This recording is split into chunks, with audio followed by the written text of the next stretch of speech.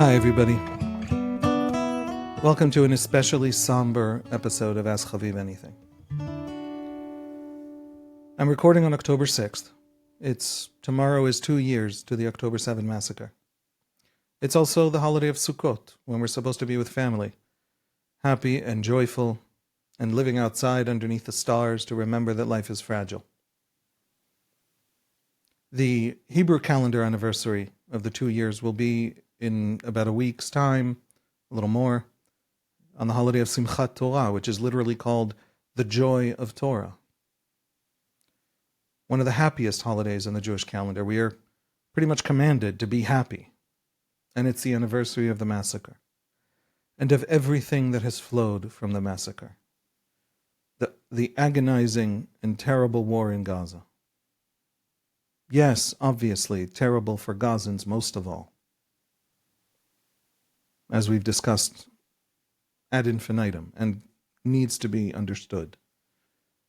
That war requires a great rebuilding, and it requires that Hamas never be allowed to be in control of Gaza afterwards, or it will come back again, because it's all Hamas ever does, for 4 decades of its existence. But also there is a debt that the Israelis owe Gaza after that war, just like the Allies owed Germany a debt after the Great Destruction. But the trauma of the Jews is my subject here today. And it's far larger than the massacre. The massacre was the tipping point. It triggered, it awakened vast, latent, structural bigotries.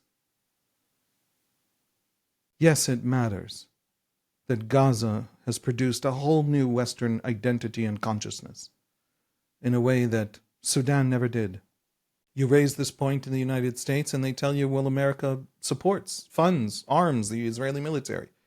It has more of a right to have a say than any relevance to the conflict in Sudan. Okay, but then why is the identical kind of protest, the identical kind of reorganizing of politics, the identical kind of new danger to the Jews happening in Holland? Does Holland arm and fund the Israeli military? Does Holland consider itself an ally of Israel? Or Italy? Or everywhere in the West? Canada is no patron of Israel, no ally of Israel. Why is it happening exactly in the same way in Canada? It has nothing to do with American military aid, and if American military aid goes away, not a thing would change. It has to do with ideology and the Jews' place in ideologies. In the academic progressive ideology, the Jews as totems of Westernism that has to be hated because Westernism itself is a bad thing. In Muslim world ideology, where conspiracy theories about Jews are the mainstream view, every poll of the Muslim world tells us that.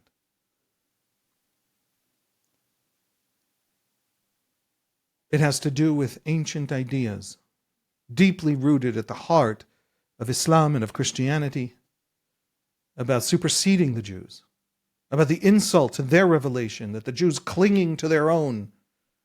Tucker Carlson's favorite historian, who thinks Hitler is deeply misunderstood, tweets that the Jews don't accept Christ because they hate humanity. Because if you don't cling to the tradition of your forefathers, the only possible explanation is that you hate everybody else's forefathers. That sounds like a crank. It sounds stupid, but it's millions and millions of followers. These are mainstreamed ideas now.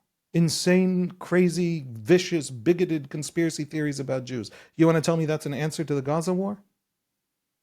That happened in Bosnia, that happened in Rwanda. Let's imagine actual genocides. Nothing like it ever happened. And in Rwanda, the West had an enormous role. Ask the French about their responsibility in Rwanda. And in Bosnia, everybody watched for 4 years, uncaring. And on it goes. Nowhere has the world ever awakened like this. There are larger and more painful, with actual mass starvation, genocidal conflicts right now underway, right this minute, in the Muslim world, with many countries involved in Western weapons.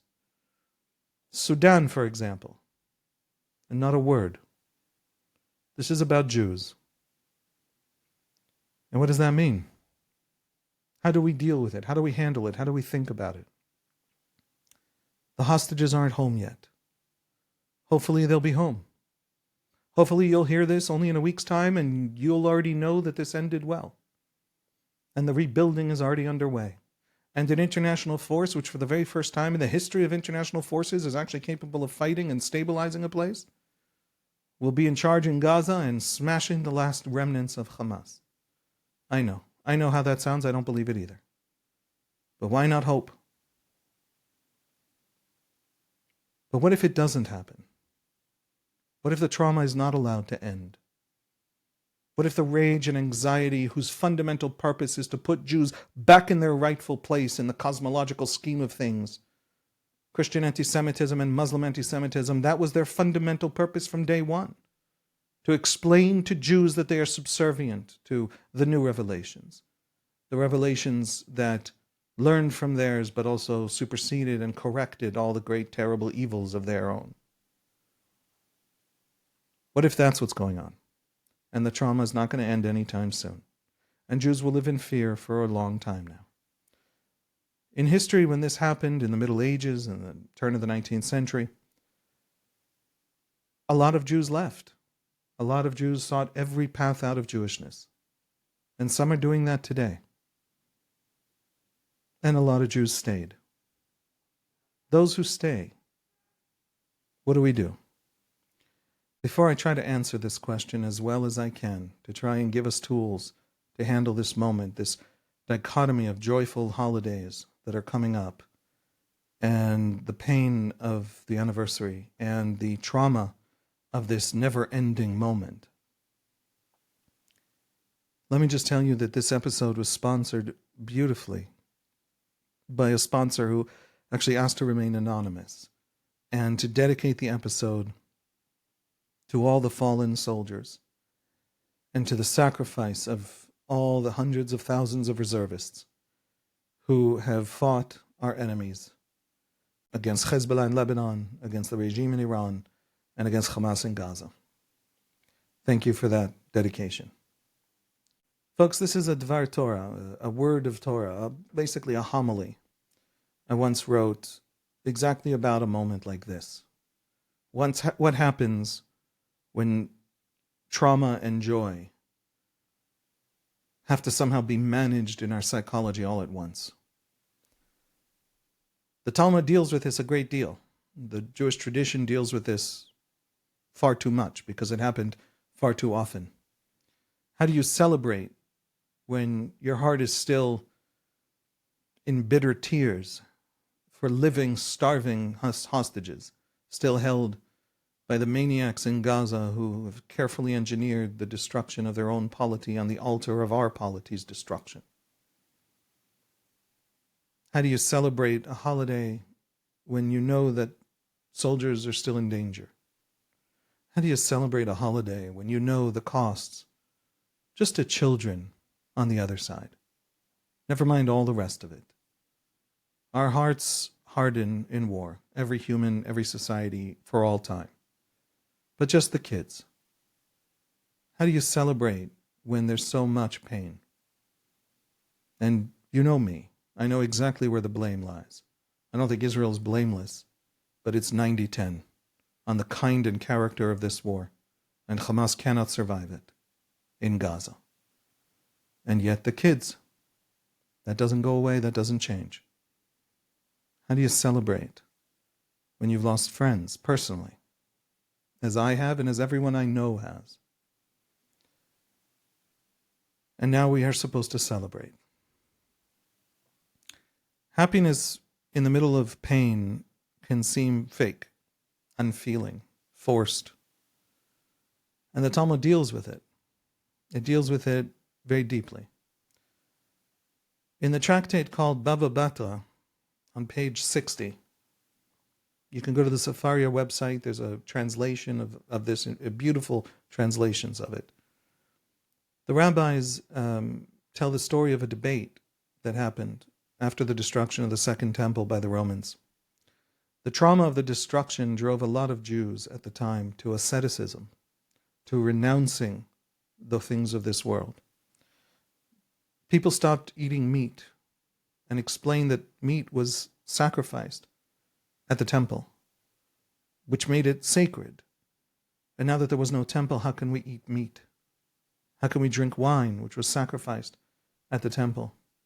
Rabbi Yeshua, one of the great sages of the Talmud, asked them what they're doing, and they told him, "Shall we eat meat from which offerings were sacrificed upon the altar, now that the altar no longer exists? Shall we drink wine which was poured upon the altar, now that the altar no longer exists?" And this argument disturbed Rabbi Yeshua terribly. He said to them, "Then we will not eat bread, because bread was also brought as an offering to the temple. Or fruit.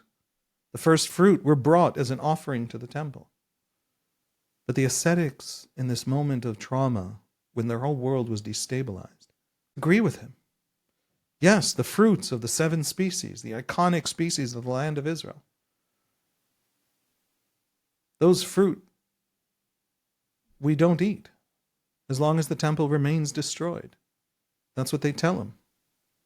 And then Rabbi Yeshua said, "But we also used water, offered water at the temple. We're not going to drink water?" And then the ascetics were silent, the Talmud tells us. "My children," Rabbi Yeshua says, "come. Not to mourn at all is impossible, but to mourn too much is also impossible. We don't shatter. We don't fall to pieces." He offered the instruction of the sages, and this is the Talmud's answer to trauma. Build the pain, the Talmud teaches, into the happiness, into the joy.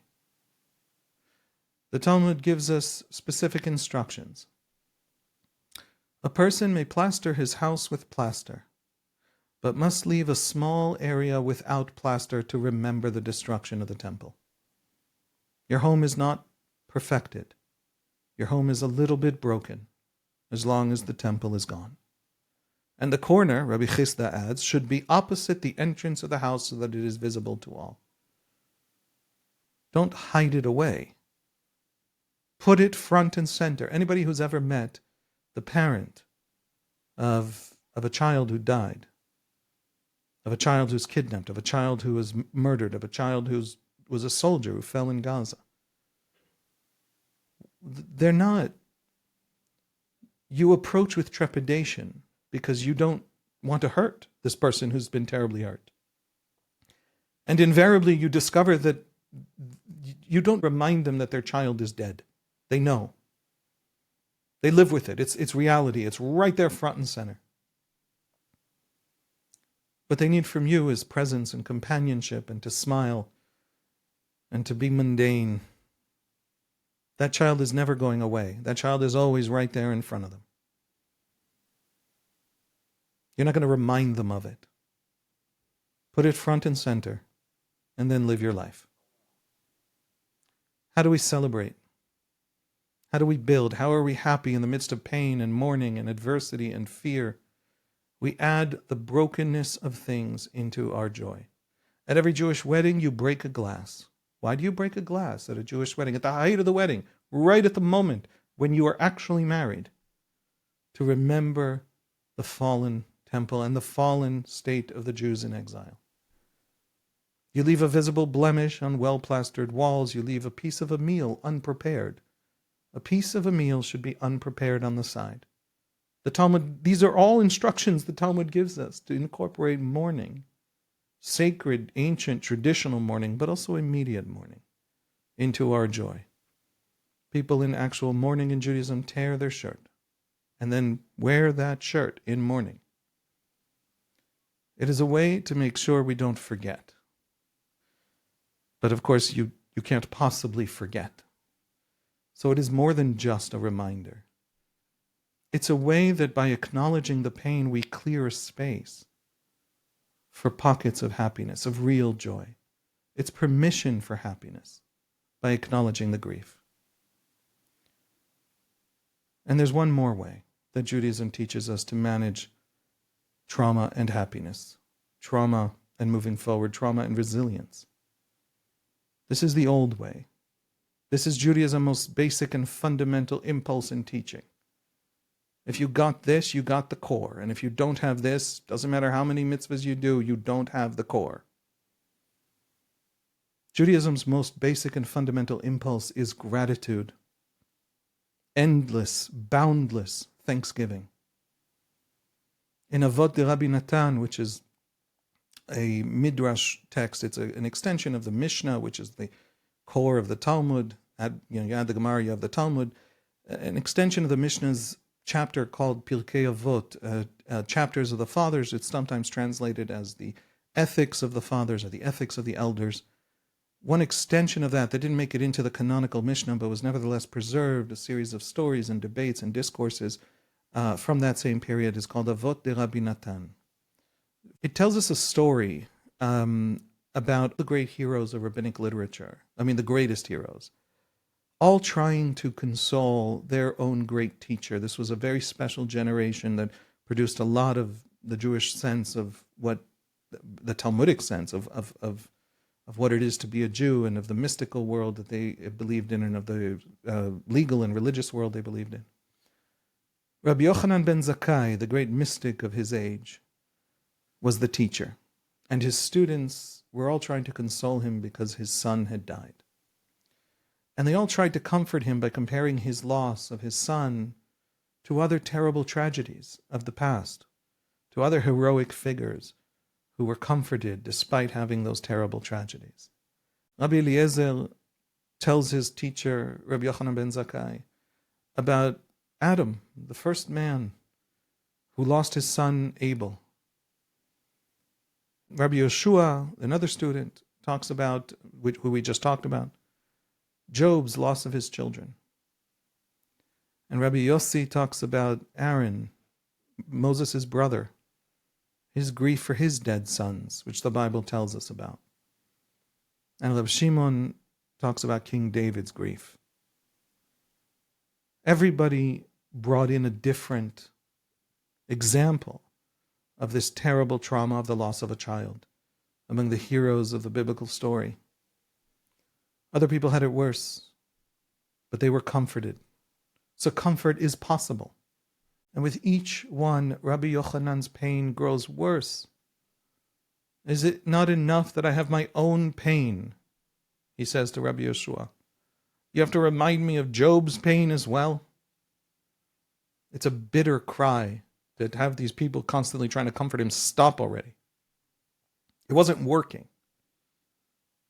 And then came the final student, Rabbi Elazar ben Azariah, one of the great ethicists, ethical thinkers of the Jewish bookshelf, and probably the greatest psychologist of the Talmud. Elazar ben Azariah, for example, ruled that prayers of contrition, prayers of apology on Yom Kippur only absolve your sins if you committed them against God. Failing your rituals, for example, putting on tefillin, or breaking holidays, or things like that, things that are sins against God's word. Sins that you commit against other people, you don't ask God for forgiveness. You have to go and ask those people. When you've reconciled with the people you have hurt, then it's relevant to come and ask forgiveness from God on Yom Kippur. There's a whole psychological system there for what forgiveness is and how it actually heals. Rabbi Elazar ben Azariah tells his master, let me give you a parable, he says. The king gave someone a deposit to hold. And every day that person would cry and wail, and they would say, oh, when will I be free of this deposit? This deposit is an onerous responsibility. So it is with you, Rabbi. You had a son who was great, who was astonishing, he essentially tells him, who was a scholar, who was beautiful in all the ways that matter to you. He read from the Torah, the prophets, and the writings, the Mishnah, and the law, and the Aggadah. And then he was taken from this world free of sin, meaning too young to have fallen or broken.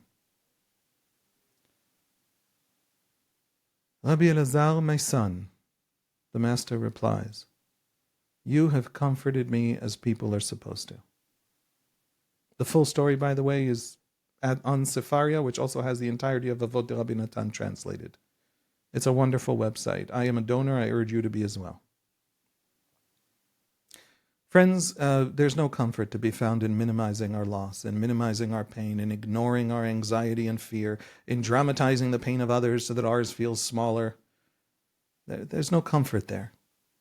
Comfort, real, permanent resilience and overcoming is in the immensity of what we have lost. It is the opposite of reducing it or of magnifying the loss of others. It is in the understanding of the immensity of what we have lost, of what we face, of the pain itself.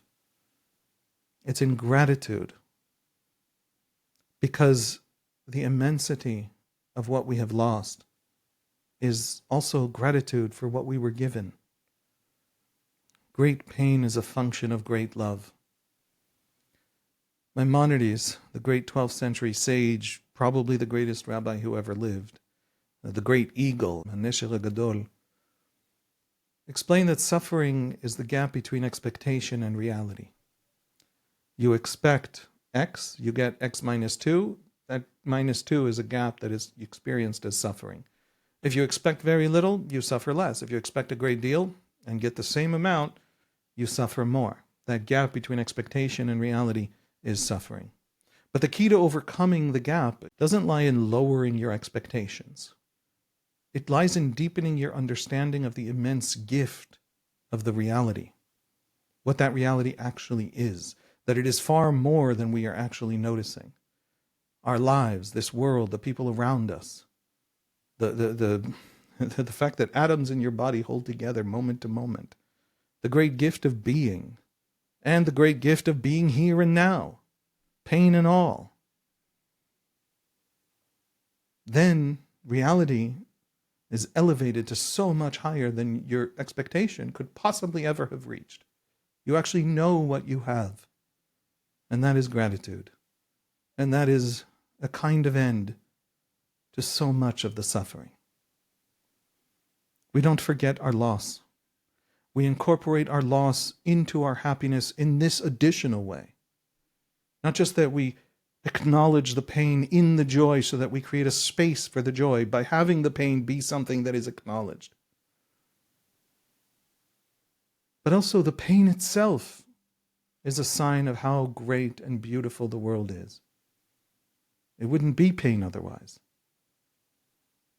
Our happiness is therefore acknowledged also as something both deep-seated, profound, a function of the grandeur and greatness and beauty of reality, and also imperfect and fragile, and so precious. Because we incorporate our loss into the happiness by understanding that the greater the loss, the more we actually were given. And therefore that's a signal, a sign meant to raise our eyes to notice just how much we really have. Rejoice with Jerusalem and be glad with her, all who love her. Isaiah teaches us, implores us, instructs us. But then he says that instruction again, this time for people who are in pain. Rejoice with her joy, all you who mourn for her.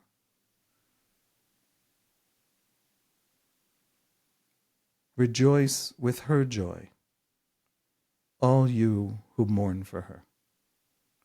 There would be no mourning without love. And that is the source of joy. We don't stop dancing on Simchat Torah, and we don't stop celebrating Sukkot, and we don't fall into sackcloth and ashes, quivering under our chairs in anxiety and fear.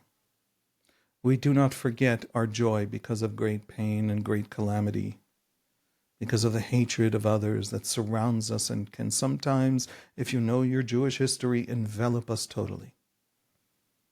We are happy not despite our great loss, but because we know how much we have to lose. Only people who lose know what they have. Every last bit is a gift, and all life is thanksgiving. Happy Sukkot. Happy Simchat Torah. Chag Sameach.